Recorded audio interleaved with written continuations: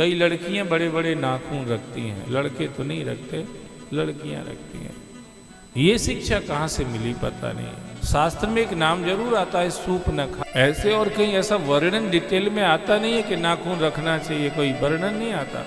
एक नाम जरूर आता है, सूप न खा, जिसके नाखून सूप जैसे थे, बड़े बड़े नाक, पर वो कोई देवी नहीं मानी जाती है, वो राक्षसी मानी जाती है। पर आज लड़कियां नाम तो लिखती हैं सरला देवी, पर नाखून सरला जैसे नहीं, सूपनखा जैसे रहते हैं। या तो फिर सरला की जगह कुटिला नाम धर लेती है, कुटिला, तो फिर चल जाता, नाखून माखून सब चल जाते हैं। नाखून बढ़ा के रखते हैं, वो बाल कटाती रहती है। कुआरेपन में कभी बाल कटा भी लो तो चल ही भी जाएगा, पर विवाह के बाद तो कभी भी बाल कटाना ही नहीं चाहिए।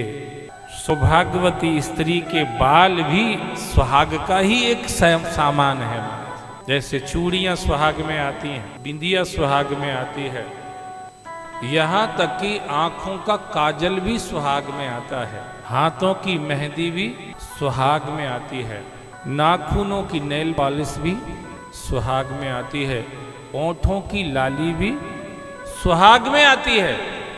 सौभाग्यवती स्त्री के लिए ये सब सुहाग के सामान हैं, इसीलिए सौभाग्यवती स्त्री को बाल कटाना नहीं चाहिए। पति नहीं है जिनके, वो कटाएं तो कोई दोष नहीं, पर जिनके पति जिंदा हैं वो ब्यूटी पार्लर के अगर चक्कर काटती हैं, इसका मतलब यह है वो अपने पति की उम्र कम करने जा रही हैं, पति की उम्र कम करने जा रहे हैं।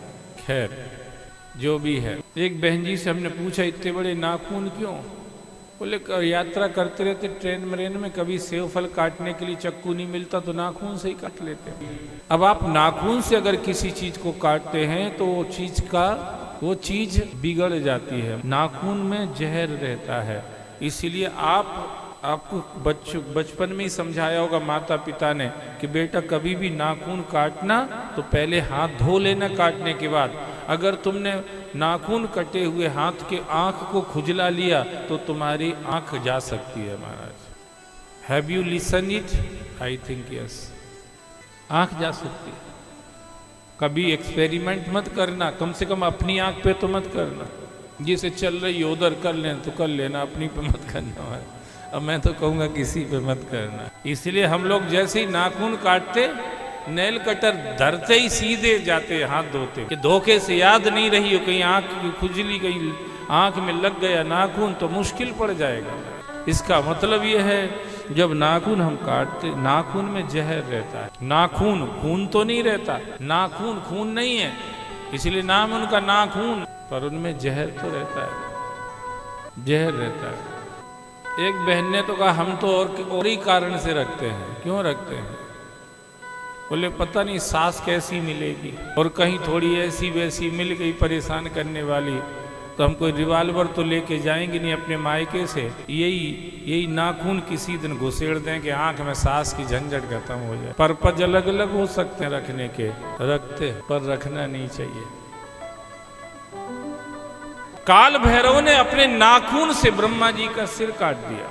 5 सिर के ब्रह्मा, 4 सिर के रह गए। शंकर भगवान ने कहा सॉरी यार विधाता, मैं भी 5 सिर का हूं, देख लीजिए मुझे देख लो। एकानन चतुरानन पंचानन राजे, हंसासन गरुणासन वृषवाहन साजे। मैं भी ये 5 सिर का हूं, मैंने तुमको भी 5 सिर का ही बनाया था, पर तुमने अपने कर्मों से एक कम कर लिया। भगवान ने हर जीव को अपने जैसा ही बनाया था, पर जीव ने अपने कर्मों से अपने आप को भगवान से विलग कर लिया, अलग कर लिया, दूर कर लिया कर्मों से। जीव सब जीव थे शुरू में, पर कर्मों के कारण से कुछ जीव कुत्ता बन गए ना, कुछ जीव बिल्ली बन गए, चूहा। कितने परेशान करते, यहीं देखो आप चूहा।